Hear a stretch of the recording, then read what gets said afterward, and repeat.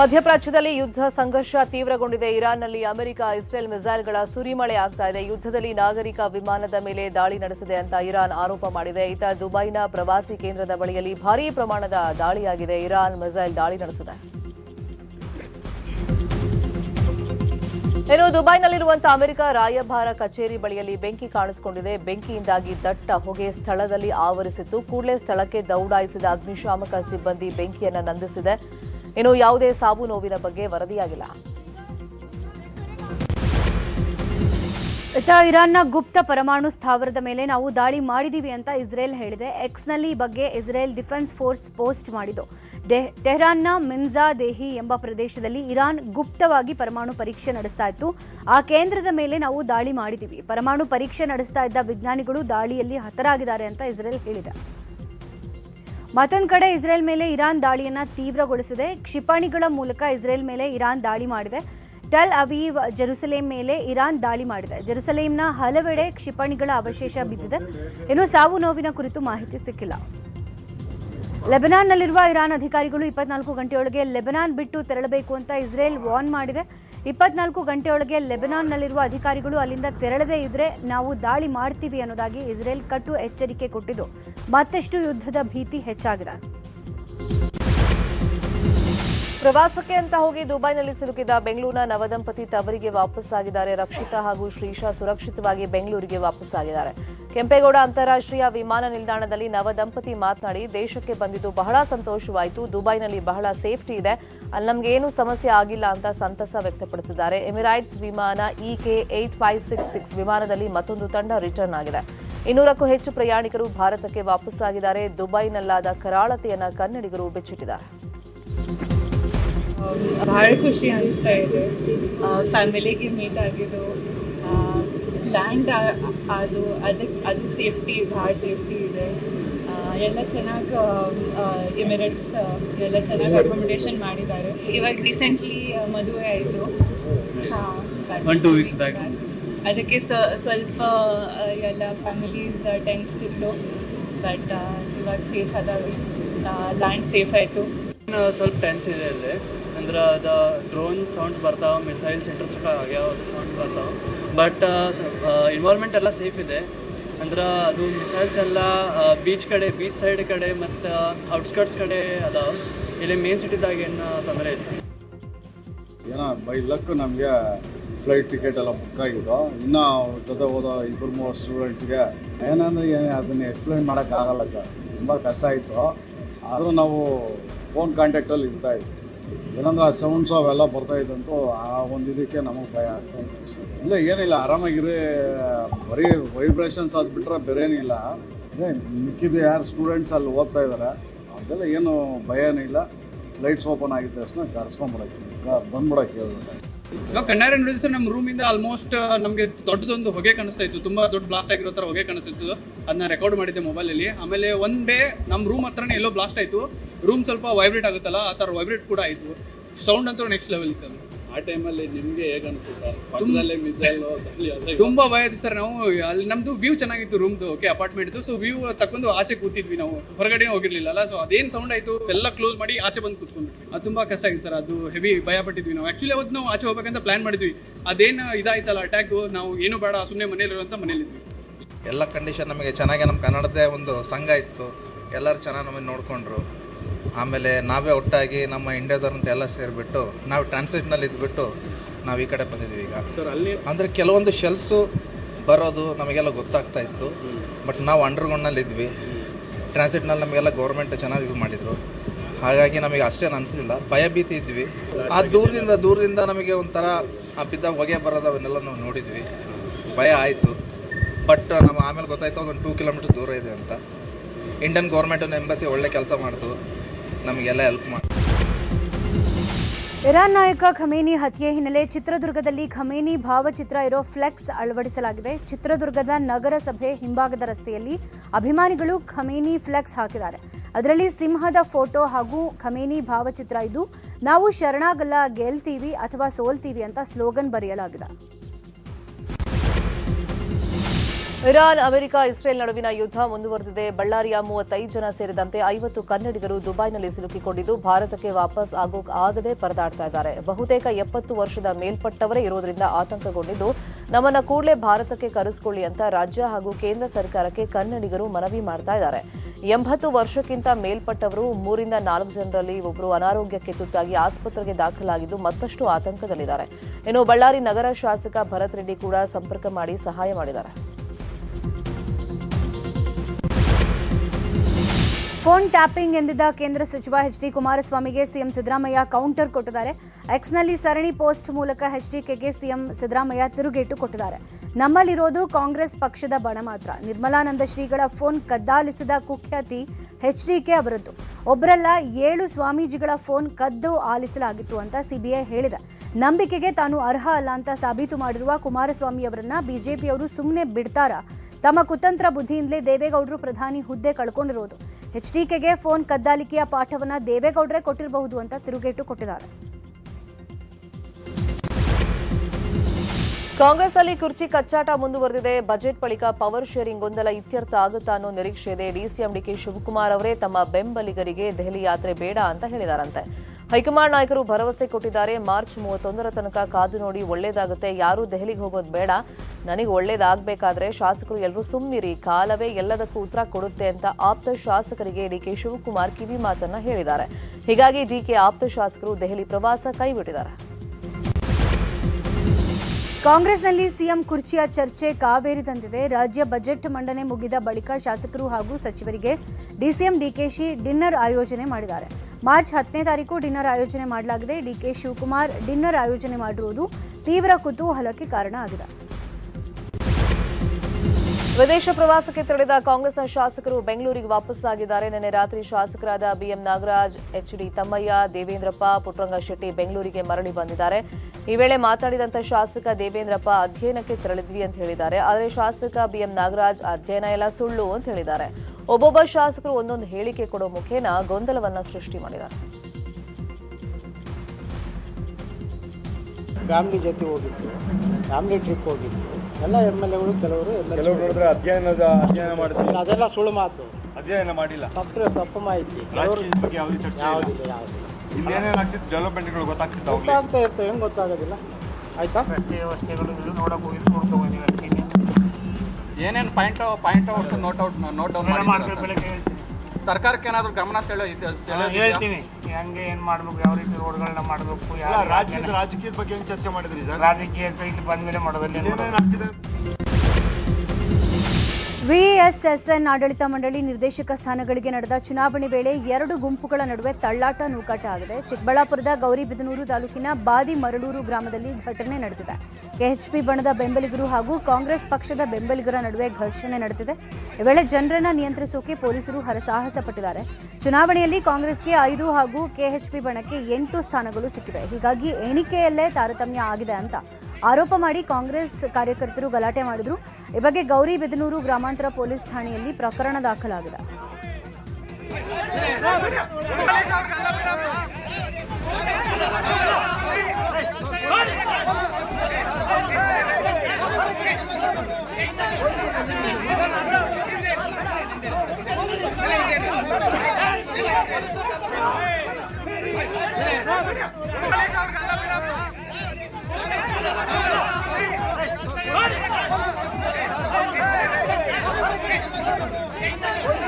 ವೈಜಿ ಗುಡ್ಡ ಏತ ನೀರಾವರಿ ಯೋಜನೆಗೆ ಡಿಸಿಎಂ ಡಿಕೆಶಿ ಇವತ್ತು ಚಾಲನೆ ಕೊಡಲಿದ್ದಾರೆ. ಬೆಂಗಳೂರು ದಕ್ಷಿಣ ಜಿಲ್ಲೆಯ ಮಾಗಡಿ ತಾಲೂಕಿನ ಕೆರೆಗಳಿಗೆ ನೀರು ತುಂಬಿಸೋ ದೃಷ್ಟಿಯಿಂದ ಯೋಜನೆಗೆ ಚಾಲನೆ ಕೊಡಲಾಗ್ತಾ ಇದೆ.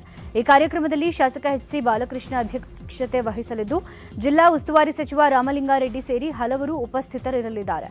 ಯೋಜನೆ ಮಾಗಡಿ ತಾಲೂಕಿನ ಕೆರೆಗಳಿಗೆ ಹಾಗೂ ಕುಡಿಯೋ ನೀರಿನ ಸೌಲಭ್ಯಕ್ಕೆ ಉಪಕಾರಿಯಾಗಲಿದೆ. ಸಚಿವ ಕೆಜೆ ಜಾರ್ಜ್ ಬೆಂಗಳೂರಿನ ಜೀವನಹಳ್ಳಿಯಲ್ಲಿ ಪಾದಯಾತ್ರೆ ನಡೆಸುವ ಮೂಲಕ ಜನರ ಸಮಸ್ಯೆಗಳನ್ನು ಆಲಿಸಿದರು. ಈ ವೇಳೆ ವಿವಿಧ ಕಾಮಗಾರಿಗಳ ಪರಿಶೀಲನೆ ನಡೆಸಿ ವೇಗವಾಗಿ ಪೂರ್ಣಗೊಳಿಸಲು ಅಧಿಕಾರಿಗಳಿಗೆ ಸೂಚನೆ ಕೊಟ್ಟರು. ಕುಡಿಯೋ ನೀರು, ವಿದ್ಯುತ್, ರಸ್ತೆ, ವಸತಿ ಯೋಜನೆಗಳು ಮತ್ತು ಸಂಚಾರ ದಟ್ಟಣೆ ನಿರ್ವಹಣೆ ಸಂಬಂಧ ಚರ್ಚಿಸಿ ಪರಿಶೀಲನೆಯನ್ನ ಮಾಡಿದ್ದಾರೆ. ಸರ್ಕಾರದ ವಿರುದ್ಧ ಮಾದಿಗ ಸಮುದಾಯ ಸಿಡಿದೆದ್ದಿದೆ. ಒಳ ಮೀಸಲಾತಿ ಜಾರಿಗೆ ಆಗ್ರಹಿಸಿದ್ದು ಸಚಿವ ಮಹದೇವಪ್ಪ ಪರಮೇಶ್ವರ್ ವಿರುದ್ಧ ಆಕ್ರೋಶ ಹೊರಹಾಕಿದ್ದಾರೆ. ಬಜೆಟ್ ಅಧಿವೇಶನದ ನಡುವೆಯೇ ಪ್ರತಿಭಟನಾ ಸಮಾವೇಶ ಮಾಡೋಕೆ ಸಜ್ಜಾಗಿದ್ದು ಮಾರ್ಚ್ 6ನೇ ತಾರೀಕು ಸಿಎಂ ಹಾಗೂ ಸಚಿವರ ಮನೆ ಮುಂದೆ ಪ್ರತಿಭಟನೆಗೆ ಮುಂದಾಗಿದ್ದಾರೆ. ಒಳ ಮೀಸಲಾತಿ ಜಾರಿ ಮಾಡದೆ ನೇಮಕಾತಿ ಮಾಡಿದ್ರೆ ರಕ್ತಪಾತದ ಎಚ್ಚರಿಕೆ ಕೊಟ್ಟಿದ್ದಾರೆ. ಒಳ ಮೀಸಲಾತಿ ಅನ್ನೋದು 35 ವರ್ಷದ ಹೋರಾಟದ ಚಳವಳಿ. ನೀವು ಮೊನ್ನೆ 56,432 ಹುದ್ದೆಗಳು ತುಂಬಿಸೋದಕ್ಕೆ ಒಳ ಮೀಸಲಾತಿ ಅನ್ವಯ ಆಗದೇ ತುಂಬಿಸ್ತೀವಿ ಅಂತ ಜೀವವನ್ನು ಮಾಡಿದ್ದಾರೆ ನೆನ್ನೆಲ್ಲ ಮೊನ್ನೆ. ಅದನ್ನು ನಾವು ವಿರೋಧ ವ್ಯಕ್ತಪಡಿಸ್ತಾ ಇದ್ದೀವಿ. ಒಳ ಮೀಸಲಾತಿಯ ವಿರುದ್ಧ ನೀವು ಕಾಂಗ್ರೆಸ್ ಸರ್ಕಾರ ಇದೆ. ಇದು ಸಂವಿಧಾನ ವಿರೋಧಿ ಕಾಂಗ್ರೆಸ್ ಸರ್ಕಾರ, ಸುಪ್ರೀಂ ಕೋರ್ಟ್ ವಿರೋಧಿ ಕಾಂಗ್ರೆಸ್ ಸರ್ಕಾರ, ಸಾಮಾಜಿಕ ನ್ಯಾಯದ ವಿರೋಧಿ ಕಾಂಗ್ರೆಸ್ ಸರ್ಕಾರ. ಇಡೀ ಕಾಂಗ್ರೆಸ್ ಪಕ್ಷ ಮಾದಿಗ ಸಮುದಾಯವನ್ನು ನಿರ್ಲಕ್ಷ್ಯದಿಂದ ಅಗೌರವದಿಂದ ಕಾಣ್ತಾ ಇದೆ. ಅದಕ್ಕೆ ನಾವು ತಕ್ಕನಾದ ಉತ್ತರವನ್ನು ಫೀಲ್ಡ್ನಲ್ಲಿ ಕೊಡ್ತೀವಿ. ಮುಂದಿನ ಕೆಪಿಎಸ್ಸಿ ವಿರುದ್ಧ ವಿದ್ಯಾರ್ಥಿಗಳು ಸಿಡಿದಿದ್ದಾರೆ. ಒಂದೇ ಕೇಂದ್ರದ ಅಭ್ಯರ್ಥಿಗಳು ಮೇನ್ಸ್ನಲ್ಲಿ ಆಯ್ಕೆಯಾಗಿರುವ ಆರೋಪ ಕೇಳಿಬಂದಿದೆ. ಅಲ್ಲದೆ ಒಂದೇ ಫ್ಯಾಮಿಲಿಯ ಕೆಲವರು ಆಯ್ಕೆಯಾಗಿರುವ ಗಂಭೀರ ಆರೋಪನೂ ಇದೆ. ಈ ಬಾರಿಯೂ ಕೆಪಿಎಸ್ಸಿ ಪರೀಕ್ಷೆಯಲ್ಲಿ ಎಡವಟ್ಟು ನಡೆದಿದೆಯಾ ಅನ್ನೋ ಪ್ರಶ್ನೆ ಮೂಡಿದೆ. ಕೆಪಿಎಸ್ಸಿ ಮುಖ್ಯ ಪರೀಕ್ಷೆ ಫಲಿತಾಂಶ ಗೊಂದಲಕ್ಕೆ ಕಾರಣವಾಗಿದೆ. ಒಂದೇ ಕೇಂದ್ರದಲ್ಲಿ ಪರೀಕ್ಷೆ ಬರೆದ 15 ಮಂದಿ ಆಯ್ಕೆ ಆಗಿರುವುದಕ್ಕೆ ವಿದ್ಯಾರ್ಥಿಗಳು ಪ್ರತಿಭಟನೆಗೆ ಮುಂದಾಗಿದ್ದಾರೆ. ಕೆಎಎಸ್ ಗ್ರೂಪ್ ಎ ಮತ್ತು ಗ್ರೂಪ್ ಬಿ ವೃಂದದ ಫಲಿತಾಂಶ ಸದ್ಯಕ್ಕೆ ಚರ್ಚೆಗೆ ಗ್ರಾಸವಾಗಿದೆ. ಕೆಪಿಎಸ್ಸಿ ವಿರುದ್ಧ ಸಿಬಿಐ ತನಿಖೆಗೆ ವಿದ್ಯಾರ್ಥಿಗಳು ಒತ್ತಾಯಿಸಿದ್ದಾರೆ. ಸೀರಿಯಲ್ ನಂಬರ್ 1, 2, 3 ಕಂಟಿನ್ಯೂಸ್ ಆಗಿ ಸುಮಾರು 10 ರಿಂದ 15 ಜನ ಒಂದೇ ಕ್ಲಾಸ್ ರೂಮ್ ಅಲ್ಲಿ ಒಂದೇ ಸೀರಿಯಲ್ ನಂಬರ್ ಅಲ್ಲಿ ಸೆಲೆಕ್ಟ್ ಆಗಿರೋಂಥದ್ದು ನಾವು ನೋಡಬಹುದು. ಆ ರೀತಿ ಲಿಸ್ಟ್ ಇದೆ ಇದು. ಮತ್ತೆ ಒಂದೇ ಫ್ಯಾಮಿಲಿಯಲ್ಲಿ ಇಬ್ರು ಮೂರು ಜನ ಅಕ್ಕ ತಂಗಿ ಅಣ್ಣ ತಮ್ಮ ಈ ತರ ಸೆಲೆಕ್ಟ್ ಆಗಿರೋಂಥದ್ದು ನೋಡಬಹುದು. ಇದನ್ನೆಲ್ಲ ನೋಡಿದ್ರೆ ಸಾಕಷ್ಟು ಕರಪ್ಷನ್ ಆಗಿದೆ ಕೆಪಿಎಸ್ಸಿಲಿ. ಸ್ವಲ್ಪ ಅಲ್ಲ, ಸಾಕಷ್ಟು ಕರಪ್ಷನ್ ಆಗಿದೆ. ಇದನ್ನ ಯಾವುದೇ ಕಾರಣಕ್ಕೂ ತನಿಖೆ ಮಾಡ್ದಿರಾ ಇದು ರಿಸಲ್ಟ್ಸ್ ಬಿಡಬಾರ್ದು. ಮತ್ತೆ ಇನ್ನು ಕೋರ್ಟ್ ಅಲ್ಲಿ ಸಾಕಷ್ಟು ಕೇಸಸ್ ಇದ್ರೂ ಕೂಡ ಇವರು ಅರ್ಜೆನ್ಸಿ ಕ್ರಿಯೇಟ್ ಮಾಡಿಕೊಂಡು ಇವರು ಈ ಒಂದು ಕೆಎಸ್ ಎಕ್ಸಾಮ್ಸ್ ಏನ್ ನೋಟಿಫಿಕೇಶನ್ ಮುಗಿಸ್ಬೇಕಂತ ನೋಡ್ತಿದ್ದಾರೆ. ಇದನ್ನ ಪ್ರಾಮಾಣಿಕವಾಗಿ ಯಾರು ಓದ್ತಾ ಇದ್ದಾರೆ ಅಂತವರಿಗೆ ಕೆಲಸ ಸಿಗ್ಬೇಕು. ಈ ಒಂದು ಏನ್ ಭ್ರಷ್ಟಾಚಾರ ಆಗಿದೆ ಇದನ್ನ ಸಂಪೂರ್ಣ ತನಿಖೆ ಆಗ್ಬೇಕು. ಬೀದರ್ನ ಬ್ರಿಮ್ಸ್ನ ಹಿರಿಯ ಫೊರೆನ್ಸಿಕ್ ವೈದ್ಯ ಆತ್ಮಹತ್ಯೆ ಮಾಡಿಕೊಂಡಿದ್ದಾರೆ. 58 ವರ್ಷದ ಸುನಿಲ್ ತಾಪ್ಸೆ ನನ್ನ ಸಾವಿಗೆ ಅನಾರೋಗ್ಯನೇ ಕಾರಣ ಅಂತ ಡೆತ್ ನೋಟ್ ಬರೆದಿಟ್ಟು ಆತ್ಮಹತ್ಯೆ ಮಾಡಿಕೊಂಡಿದ್ದಾರೆ. ಕಳೆದ 35 ವರ್ಷಗಳಿಂದ ಬ್ರಿಮ್ಸ್ ಆಸ್ಪತ್ರೆಯ ಫೊರೆನ್ಸಿಕ್ ವಿಭಾಗದ ಮುಖ್ಯಸ್ಥರಾಗಿ ಸುನಿಲ್ ಸೇವೆ ಮಾಡ್ತಾ ಇದ್ರು. ಆದರೆ ಅನಾರೋಗ್ಯದಿಂದ ಬೇಸತ್ತು ಮನೆಯ ಬೆಡ್ರೂಮ್ನ ಕಿಟಕಿಗೆ ನೇಣು ಬಿಗಿದುಕೊಂಡು ಸುಸೈಡ್ ಮಾಡಿಕೊಂಡಿದ್ದಾರೆ. ಈ ಘಟನೆ ಸಂಬಂಧ ಬ್ರಿಮ್ಸ್ ವಸತಿ ಗೃಹಕ್ಕೆ ಪೊಲೀಸರು ಭೇಟಿ ಕೊಟ್ಟು ಪರಿಶೀಲನೆ ನಡೆಸಿದ್ದಾರೆ. ಮಲ್ಲಿಕಾರ್ಜುನ ಮುತ್ಯ ಮೇಲೆ ಪೋಕ್ಸೋ ಕೇಸ್ ವಿಚಾರಕ್ಕೆ ಸಂಬಂಧಪಟ್ಟಂತೆ ಮುತ್ಯ ಬಂಧಿಸಲು ಬೀದರ್ ಪೊಲೀಸರು ಮೀನಾಮೇಷ ಎಣಿಸುತ್ತಿದ್ದಾರೆ ಅನ್ನೋ ಆರೋಪ ಕೇಳಿಬಂದಿದೆ. ಮಲ್ಲಿಕಾರ್ಜುನ ಮುತ್ಯ ವಿಚಾರಣೆಗೆ ಹಾಜರಾಗದೇ ಇದ್ರೂ ಪೊಲೀಸರು ಮಾತ್ರ ಬಂಧನಕ್ಕೆ ಮುಂದಾಗಿಲ್ಲ. ಪ್ರಕರಣ ಸಂಬಂಧ ಶಹಾಪುರ ಗ್ರಾಮೀಣ ಸಿಪಿಐ ನ್ಯಾಮನವರ್ ನೇತೃತ್ವದಲ್ಲಿ ಎಸ್ಪಿ ತಂಡವನ್ನ ರಚಿಸಿದ್ದಾರೆ. ಫೆಬ್ರವರಿ 28ನೇ ತಾರೀಕು ವಿಚಾರಣೆಗೆ ಹಾಜರಾಗುವಂತೆ ಮಠಕ್ಕೆ ನೋಟಿಸ್ ಕೂಡ ಅಂಟಿಸಲಾಗಿತ್ತು. ಆದರೆ ಮಲ್ಲಿಕಾರ್ಜುನ ಮುತ್ಯ ವಿಚಾರಣೆಗೂ ಹಾಜರಾಗಿಲ್ಲ. ಈತ ಪೊಲೀಸರು ಬಂಧನಕ್ಕೆ ಹಿಂದೇಟು ಹಾಕ್ತಿದ್ದಾರೆ ಎನ್ನಲಾಗ್ತಾ ಇದೆ. ನೌಕರಿ ಮತ್ತು ಟೆಂಡರ್ ಕೊಡಿಸೋದಾಗಿ ನಂಬಿಸಿ ಯುವಕನೊಬ್ಬನಿಂದ 38.2 ಲಕ್ಷ ರೂಪಾಯಿ ವರ್ಗಾಯಿಸಿಕೊಂಡು ವಂಚಿಸಿರೋ ಘಟನೆ ಹುಬ್ಬಳ್ಳಿಯಲ್ಲಿ ಬೆಳಕಿಗೆ ಬಂದಿದೆ.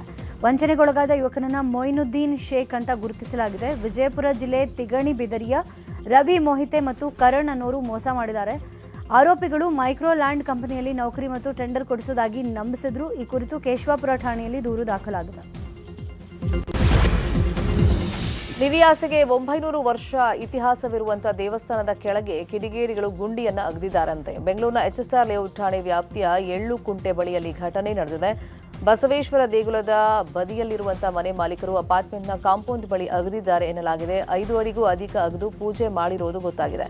ನಿಧಿ ತಗೊಂಡು ಜನರು ಎಸ್ಕೇಪ್ ಆಗಿದ್ದಾರೆ ಅಂತ ಸ್ಥಳೀಯರು ಆರೋಪ ಮಾಡ್ತಾ ಇದ್ದಾರೆ. ಜಾಗ ಇದೆ. ಅಪಾರ್ಟ್ಮೆಂಟ್ ಮಾಲೀಕ ಏನಿದೆಯಲ್ಲ ವಂದನಾ ಪ್ರೈಮ್ಸ್ ಬಿಲ್ಡರ್, ಈ ಜಾಗ ಏನಿದೆಯಲ್ಲ ಆಲ್ಮೋಸ್ಟ್ ಇದು ಸುಮಾರು ಒಂದು 30 ಕುಂಟೆ ಜಾಗ. ಇಲ್ಲಿಂದ ಒಂದು ಸಟನ್ ಒಂದು 200 to 300 ಮೀಟರ್ಸ್ ಅಲ್ಲಿ ಇನ್ನೊಂದು ದೇವಸ್ಥಾನ ಇದೆ, ಬಸವೇಶ್ವರ ದೇವಸ್ಥಾನ ಇದೆ, ಬಸವಣ್ಣನ ದೇವಸ್ಥಾನ. ಅದಕ್ಕೆ ಸಂಬಂಧಪಟ್ಟಂತ ಜಾಗ ಇದು. ಆ ಜಾಗದಲ್ಲೇ ಈ ಪರ್ಟಿಕ್ಯುಲರ್ ದೇವಸ್ಥಾನ ವೀರಗಲ್ ಏನಿದೆಯಲ್ವಾ, ಈ ವೀರಗಲ್ ಬರುವಂತ ವ್ಯವಸ್ಥೆ ಇಲ್ಲಿ ಏನು ರಾತ್ರಿ ಬಂದು ಯಾರಿಗೂ ಮಾಹಿತಿ ಗೊತ್ತಾಗಿರ ಬಂದು ಈ ಶೆಡ್ಗಳೆಲ್ಲ ಹೊಡೆದು ನಿಧಿ ತಗೊಳ್ಳೋ ಕೆಲಸ ಮಾಡಿದ್ದಾರೆ. ಕೆಲಸ ಮಾಡಿ ರಾತ್ರಿ ನಿಧಿ ತಗೊಂಡು ಹೋಗಿದ್ದಾರೆ. ಸುಮಾರು ಒಂದು 3 ದಿವಸದಿಂದನೇ ನಮ್ಗೆ ಮಾಹಿತಿ ಬರುತ್ತೆ. 3 ದಿವಸದಿಂದನೇ ನಮಗೆ ಮಾಹಿತಿ ಯಾವ ಥರ ಬರುತ್ತೆ ಅಂದರೆ ಡೈಲಿ ಬಂದು ನಾವು ಆ ದೇವ್ರ ಕೈ ಮುಗಿದ್ಬಿಟ್ಟು ಹೋಗ್ತೀವಿ. ಪ್ರತಿನಿತ್ಯ ದಿನ ಹೋಗೋ ಟೈಮಲ್ಲಿ ಈ ಶೆಡ್ಗಳು ಯಾವತ್ತು ಇಲ್ದಿರೋ ಶೆಡ್ಡು ಈ ಸೀಟ್ಗಳು ಇವತ್ತೇನು ಹಾಕಿದ್ದಾರೆ ಅಂತೇಳಿ ಒಂದು ಸಣ್ಣ ಹೋಲಿಂದ ನಾವು ನೋಡಾದ್ಮೇಲೆ ನಮಗೆ ಈ ಗಮನಕ್ಕೆ ಬರುತ್ತೆ. ಬಂದು ನಾವೇ ಬೀಗ ಹೊಡೆದು ಏನಂತ ಹೇಳಿದ್ರು ಪಾರ್ಕಿಂಗಲ್ಲಿ ಒಂದು ಶೆಡ್ ಮಾಡಿಕೊಂಡು ಇಂಥ ಕೆಲಸ ಮಾಡಿರ್ತಾನೆ. ಮನೆ ಖಾಲಿ ಮಾಡೋ ವಿಚಾರಕ್ಕೆ ಜಗಳ ನಡೆದು ವ್ಯಕ್ತಿಯನ್ನ ಕೊಲೆ ಮಾಡಿರೋ ಘಟನೆ ಬೆಂಗಳೂರಿನ ವಿವೇಕ್ ನಗರದ ಆಸ್ಟಿನ್ ಟೌನ್ನಲ್ಲಿ ನಡೆದಿದೆ. ಕೊಲೆಯಾದ ಇನಾಯತ್ ಪಾಷಾ ಅನ್ನೋರು ಕಳೆದ 10 ವರ್ಷದಿಂದ ಮನೆಯನ್ನ ಲೀಸ್ಗೆ ಪಡೆದು ವಾಸ ಇದ್ರು. ಈ ವೇಳೆ ಮಜ್ರೂರ್ ಅಹ್ಮದ್ ಎಂಬಾತನ ಜೊತೆಗೆ ಇನಾಯತ್ ಗಲಾಟೆ ಆಗಿತ್ತು. ಆಗ ಕುಡಿದ ಅಮಲಲ್ಲಿ ಗಲಾಟೆ ಮಾಡಿಕೊಂಡು ಪರಸ್ಪರ ನಿಂದಿಸಿದ್ದು ಇನಾಯತ್ ಪಾಷಾ ಮೇಲೆ ಮಜ್ರೂರ್ ಹಲ್ಲೆ ನಡೆಸಿ ಕೆಳಗೆ ತಳ್ಳಿದ್ದಾರೆ. ಈ ವೇಳೆ ಕೆಳಗೆ ಬಿದ್ದು ಇನಾಯತ್ ಪಾಷಾ ಮೃತಪಟ್ಟಿದ್ದು ಆರೋಪಿ ಪರಾರಿ ಆಗಿದ್ದಾನೆ. ವಿವೇಕನಗರ ಪೊಲೀಸ್ ಠಾಣೆಯಲ್ಲಿ ಕೊಲೆ ಪ್ರಕರಣ ದಾಖಲಾಗಿದೆ. ಜಗಳ ಬಿಡಿಸಲು ಹೋದ ವ್ಯಕ್ತಿಗೆ ಚಾಕು ಇರಿದಿರುವಂತಹ ಘಟನೆ ಬೆಳಗಾವಿ ತಾಲೂಕಿನ ಪಂಥ ಬಾಳೆಕುಂದ್ರಿ ಗ್ರಾಮದಲ್ಲಿ ನಡೆದಿದೆ. 36 ವರ್ಷದ ಇರ್ಷಾದ್ ಜಮಾದಾರ್ ಎಂಬಾತನಿಗೆ ದುಷ್ಕರ್ಮಿಗಳು ಚಾಕು ಇರಿದು ಪರಾರಿಯಾಗಿದ್ದಾರೆ. ಇರ್ಷಾದ್ ತಮ್ಮ ಅಲ್ಯೂಮಿನಿಯಂ ಶಾಪ್ನಲ್ಲಿ ಕೆಲಸ ಮಾಡ್ತಾ ಇದ್ದಾಗ ಅಂಗಡಿ ಬಳಿ 10ಕ್ಕೂ ಹೆಚ್ಚು ಯುವಕರು ಜಗಳ ಆಡ್ತಾ ಇದ್ರು. ಆಗ ಜಗಳ ಬಿಡಿಸೋಕೆ ಹೋಗಿದ್ದ ಇರ್ಷಾದ್ಗೆ ದುಷ್ಕರ್ಮಿಗಳು ಮನಬಂದಂತೆ ಹಲ್ಲೆ ಮಾಡಿ ತಲೆ ಭಾಗಕ್ಕೆ ಚಾಕು ಇರಿದಿದ್ದಾರೆ. ಗಾಯಾಳು ಇರ್ಷಾದ್ನ ಚಿಕಿತ್ಸೆಗೆ ಅಂತ ಬೆಳಗಾವಿ ಬಿಮ್ಸ್ ಆಸ್ಪತ್ರೆಗೆ ದಾಖಲು ಮಾಡಲಾಗಿದೆ. ಮಾರಿಹಾಳ ಪೊಲೀಸ್ ಠಾಣಾ ವ್ಯಾಪ್ತಿಯಲ್ಲಿ ಪ್ರಕರಣ ದಾಖಲಾಗಿದೆ. ಕುಡಿಯೋಕೆ ಮದ್ಯ ಕೊಡದೇ ಇದ್ದಿದ್ದಕ್ಕೆ ವ್ಯಕ್ತಿಗೆ ಚಾಕುವಿನಿಂದ ಇರಿದು ಹಲ್ಲೆ ಮಾಡಲಾಗಿದೆ. ಕೋಲಾರದ ಟೇಕಲ್ ಗ್ರಾಮದಲ್ಲಿ ಘಟನೆ ನಡೆದಿರೋದು. ಯಲುವಳ್ಳಿಯ ಶ್ರೀನಾಥ್ ಅನ್ನೋರು ಬೆಂಗಳೂರಿಗೆ ತೆರಳೋ ವೇಳೆ ಅಡ್ಡಗಟ್ಟಿದ್ದ ಉದಯ್ ಹಾಗೂ ಕಾಂತರಾಜ್ ಬಾರ್ನಲ್ಲಿ ಮದ್ಯ ಕೊಡಿಸುವಂತೆ ಸತಾಯಿಸಿದ್ದಾರೆ. ಎಣ್ಣೆ ಕೊಡಿಸೋಕೆ ನಿರಾಕರಿಸಿದ್ದಕ್ಕೆ ಶ್ರೀನಾಥ್ಗೆ ಚಾಕುವಿನಿಂದ ದುಷ್ಕರ್ಮಿಗಳು ಇರಿದಿದ್ದಾರೆ. ಮಾಸ್ತಿ ಠಾಣೆಯಲ್ಲಿ ಕೊಲೆ ಯತ್ನ ಕೇಸ್ ದಾಖಲಾಗಿದೆ. ಮಾರಾಟಕ್ಕೆ ಒಣ ಗಾಂಜಾ ಸಾಗಾಟ ಮಾಡ್ತಾ ಇದ್ದ ವ್ಯಕ್ತಿಯನ್ನ ಚಾಮರಾಜನಗರ ಜಿಲ್ಲೆಯ ಕೊಳ್ಳೇಗಾಲ ಪೊಲೀಸರು ಬಂಧಿಸಿದ್ದಾರೆ. ಬಿಳಿಗಿರಿ ರಂಗನ ಬೆಟ್ಟದ ಹೊಸಪೋಡಿನ ನಿವಾಸಿ ಜಡೆಯ ಎಂಬಾತನನ್ನ ಪೊಲೀಸರು ಬಂಧಿಸಿದ್ದಾರೆ. ಕೊಳ್ಳೇಗಾಲ ಪಟ್ಟಣದ ಎಪಿಎಂಸಿ ರಸ್ತೆಯಲ್ಲಿ ಮಾರಾಟಕ್ಕೆ ಅಂತ ಒಣ ಗಾಂಜಾ ಸಾಗಾಣಿಕೆ ಮಾಡ್ತಾ ಇದ್ದಾಗ ಕೊಳ್ಳೇಗಾಲ ಪೊಲೀಸರು ಕಾರ್ಯಾಚರಣೆ ನಡೆಸಿ 350 ಗ್ರಾಂ ಒಣ ಗಾಂಜಾ ವಶಕ್ಕೆ ಪಡ್ಕೊಂಡಿದ್ದಾರೆ. ಬೀದರ್ನ ಮಾರ್ಕೆಟ್ ಪೊಲೀಸರು ಭರ್ಜರಿ ಕಾರ್ಯಾಚರಣೆ ನಡೆಸಿ 3 ಆರೋಪಿಗಳನ್ನು ಬಂಧಿಸಿದ್ದಾರೆ. ಸುಮಾರು 1.29 ಲಕ್ಷ ಮೌಲ್ಯದ ಮಾದಕ ವಸ್ತುಗಳನ್ನು ಜಪ್ತಿ ಮಾಡಿಕೊಂಡಿದ್ದಾರೆ. ಅಲ್ಲಾಮ ಪ್ರಭು ನಗರದ ರಾಕೇಶ್, ಶಹಗಂಜ್ನ ಉಮರ್ ಹಾಗೂ ಮುಲ್ತಾನಿ ಕಾಲೋನಿಯ ವಾಜಿದ್ ಎಂಬುವರು ಹೋಳಿ ಹಬ್ಬದ ಹಿನ್ನೆಲೆ ಹೈದರಾಬಾದ್ನಿಂದ ಬೀದರ್ಗೆ ಮಾದಕ ವಸ್ತುಗಳನ್ನು ಸರಬರಾಜು ಮಾಡ್ತಾ ಇದ್ರು. ಖಚಿತ ಮಾಹಿತಿಯ ಮೇರೆಗೆ ಮಾರ್ಕೆಟ್ ಠಾಣೆ ಪೊಲೀಸರು ದಾಳಿ ನಡೆಸಿ ಬಂಧಿತರಿಂದ 4,500 ಮಾದಕ ಟ್ಯಾಬ್ಲೆಟ್, 100 ಕಾಫ್ ಸಿರಪ್ ಬಾಟಲ್ ಸೇರಿ 1.29 ಲಕ್ಷ ರೂಪಾಯಿ ಮೌಲ್ಯದ ವಸ್ತುಗಳನ್ನು ವಶಪಡಿಸಿಕೊಂಡಿದ್ದಾರೆ. ಅಕ್ರಮವಾಗಿ ಸಾಗಾಟ ಮಾಡ್ತಾ ಇದ್ದ 27 ಹಸುಗಳು ಹಾಗೂ 4 ಎಮ್ಮೆಗಳನ್ನು ಕೊಪ್ಪಳದ ಬಜರಂಗದಳ ಕಾರ್ಯಕರ್ತರು ತಡೆದು ಪೊಲೀಸರಿಗೆ ಒಪ್ಪಿಸಿದ್ದಾರೆ. ಮಹಾರಾಷ್ಟ್ರದಿಂದ ಬೆಂಗಳೂರು ಕಡೆಗೆ ಕಂಟೈನರ್ನಲ್ಲಿ ಹಸು ಎಮ್ಮೆಗಳನ್ನು ಸಾಗಿಸಲಾಗ್ತಿತ್ತು ಅನ್ನೋ ಖಚಿತ ಮಾಹಿತಿ ಮೇರೆಗೆ ದಾಳಿ ಮಾಡಿದಂತಹ ಕಾರ್ಯಕರ್ತರು ಗೋವುಗಳನ್ನು ರಕ್ಷಿಸಿ ಕೊಪ್ಪಳದ ಜೈನ್ ಗೋಶಾಲೆಗೆ ಸೇರಿಸಲಾಗಿದೆ. ಕಂಟೈನರ್ ಮಾಲೀಕರ ಮೇಲೆ ಮುನಿರಾಬಾದ್ ಪೊಲೀಸ್ ಠಾಣೆಯಲ್ಲಿ ದೂರು ದಾಖಲಾಗಿದೆ. ಬೆಳಗಾವಿಯ ಚಿಕ್ಕೋಡಿ ತಾಲೂಕಿನ ವಾಳಕಿ ಗ್ರಾಮದಲ್ಲಿ ಆಹಾರ ಇಲಾಖೆ ಅಧಿಕಾರಿಗಳು ದಾಳಿ ನಡೆಸಿದ್ರು. ಅಕ್ರಮವಾಗಿ ಕಳ್ಳಸಂತೆಯಲ್ಲಿ ಮಾರಾಟ ಮಾಡೋಕೆ ಸಂಗ್ರಹಿಸಿ ಇಟ್ಟಿದ್ದ ಪಡಿತರ ಅಕ್ಕಿಯನ್ನ ವಶಕ್ಕೆ ಪಡ್ಕೊಂಡಿದ್ದಾರೆ. ದುಂಡಪ್ಪ ಸಿದ್ದಣ್ಣನವರ್ ಎಂಬಾತ ಮನೆಗೆ ತೆರಳಿ ಕಡಿಮೆ ಬೆಲೆಗೆ ಪಡಿತರ ಅಕ್ಕಿಯನ್ನ ಅಕ್ರಮವಾಗಿ ಖರೀದಿ ಮಾಡಿ ಹೆಚ್ಚಿನ ಬೆಲೆಗೆ ಮಾರಾಟ ಮಾಡ್ತಾ ಇದ್ದ. ಹೀಗೆ ಸಂಗ್ರಹ ಮಾಡಿದ್ದ ಅಕ್ಕಿಯನ್ನ ತನ್ನ ಮನೆಯಲ್ಲಿಟ್ಟು ಖಚಿತ ಮಾಹಿತಿಯ ಮೇರೆಗೆ ಅಧಿಕಾರಿಗಳು ದಾಳಿ ನಡೆಸಿ 80,000 ರೂಪಾಯಿ ಮೌಲ್ಯದ ಒಟ್ಟು 3,575 ಕೆಜಿ ಪಡಿತರ ಅಕ್ಕಿಯನ್ನು ವಶಕ್ಕೆ ಪಡ್ಕೊಂಡಿದ್ದಾರೆ. ಚಿಕ್ಕಬಳ್ಳಾಪುರದಲ್ಲಿ ಜಂಟಿ ಕಾರ್ಯಾಚರಣೆಗೆ ಹೋಗಿದ್ದ ಪಿಎಸ್ಐ ಹಾಗೂ ಎಎಸ್ಐ ಲೋಕ ಬಲೆಗೆ ಬಿದ್ದಿದ್ದಾರೆ. ಬಿ ರಿಪೋರ್ಟ್ ಹಾಕೋದಕ್ಕೆ ಚಿಕ್ಕಬಳ್ಳಾಪುರ ಗ್ರಾಮಾಂತರ ಠಾಣೆ ಪಿಎಸ್ಐ ಶರಣಪ್ಪ ಹಾಗೂ ಎಎಸ್ಐ ವೆಂಕಟೇಶಪ್ಪ 1 ಲಕ್ಷ ಹಣಕ್ಕೆ ಬೇಡಿಕೆಯನ್ನು ಇಟ್ಟಿದ್ದರಂತೆ. ಅದರಂತೆ ಮೋಟ್ಲೂರು ಗ್ರಾಮದ ರಘು ಅನ್ನೋರಿಂದ 70,000 ಲಂಚ ಪಡೆಯುವಾಗ ರೆಡ್ ಹ್ಯಾಂಡ್ಗೆ ಲೋಕ ಬಲೆಗೆ ಬಿದ್ದಿದ್ದಾರೆ. ಚಿಕ್ಕಬಳ್ಳಾಪುರದ ವಿಶ್ವವಿಖ್ಯಾತ ನಂದಿಗಿರಿ ಧಾಮಕ್ಕೆ ಬೆಂಕಿ ಬಿದ್ದಿದೆ. ಬೆಂಕಿ ಅವಘಡದಲ್ಲಿ ಅಪಾರ ಪ್ರಮಾಣದ ನಾಶ ಆಗಿದೆ. ಬೆಂಕಿ ಕೆನಾಲಿಗೆಗೆ ನಂದಿ ಬೆಟ್ಟ ಹೊತ್ತಿ ಉರಿದಿದೆ.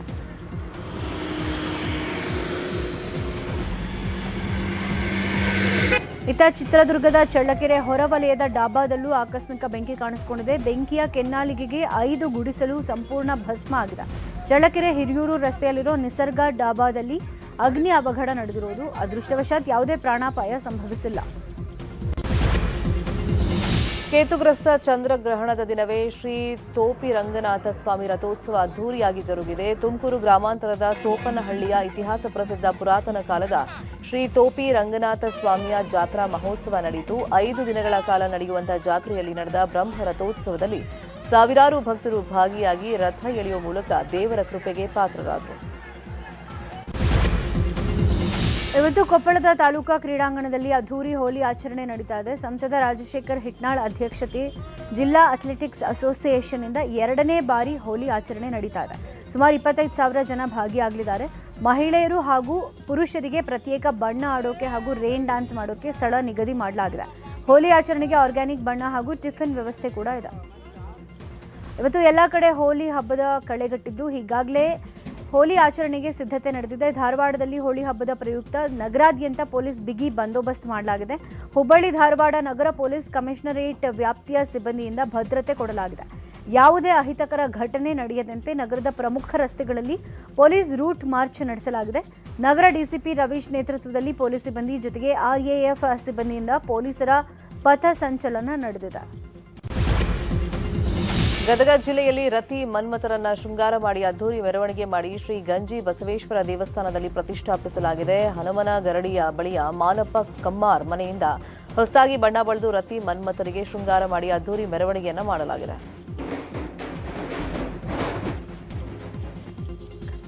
ಹೋಳಿ ಹಬ್ಬದ ನಿಮಿತ್ತ ಯಾದಗಿರಿ ನಗರದ ಲಕ್ಷ್ಮೀ ದೇಗುಲದ ಆವರಣದಲ್ಲಿ ಸ್ಥಳೀಯರಿಂದ ಕಾಮದಹನ ಕಾರ್ಯಕ್ರಮ ಅದ್ಧೂರಿಯಾಗಿ ನೆರವೇರಿತು. ದುಷ್ಟಶಕ್ತಿಯ ವಿನಾಶ, ದೈವಶಕ್ತಿಯ ವಿಜಯದ ಸಂಕೇತವಾಗಿರುವಂತಹ ಹುಣ್ಣಿಮೆ ದಿನದಂದೇ ಆಚರಿಸುವ ಕಾಮದಹನದಲ್ಲಿ ಮಹಿಳೆಯರು, ಮಕ್ಕಳು ಸೇರಿದಂತೆ ನೂರಾರು ಜನ ಸಡಗರದಿಂದ ಪಾಲ್ಗೊಂಡರು.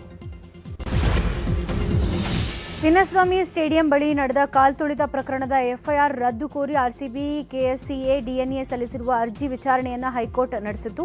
ಪ್ರಕರಣ ಸಂಬಂಧ ಆರೋಪ ಪಟ್ಟಿ ಸಲ್ಲಿಸೋಕೆ ಅನುಮತಿ ಕೋರಿ ಸರ್ಕಾರದ ಮಧ್ಯಂತರ ಅರ್ಜಿ ಸಲ್ಲಿಸಿದ್ದು SPP BT ವೆಂಕಟೇಶ್ ಮನವಿಗೆ RCB ಪರ ವಕೀಲರು ಆಕ್ಷೇಪ ವ್ಯಕ್ತಪಡಿಸಿದರು. ಅಂತಿಮ ವರದಿ ಸಲ್ಲಿಸದಂತೆ ಹೈಕೋರ್ಟ್ ಮಧ್ಯಂತರ ಆದೇಶ ಕೊಟ್ಟಿದೆ. ಹೀಗಾಗಿ FIR ರದ್ದು ಕೋರಿರುವ ನಮ್ಮ ವಾದ ಪರಿಗಣಿಸಬೇಕು ಅಂತ RCB ಮನವಿ ಮಾಡಿದೆ. ಸದ್ಯ ಅಂತಿಮ ವಿಚಾರಣೆಯನ್ನು ಮಾರ್ಚ್ 16ನೇ ತಾರೀಕಿಗೆ ಮುಂದೂಡಲಾಗಿದೆ.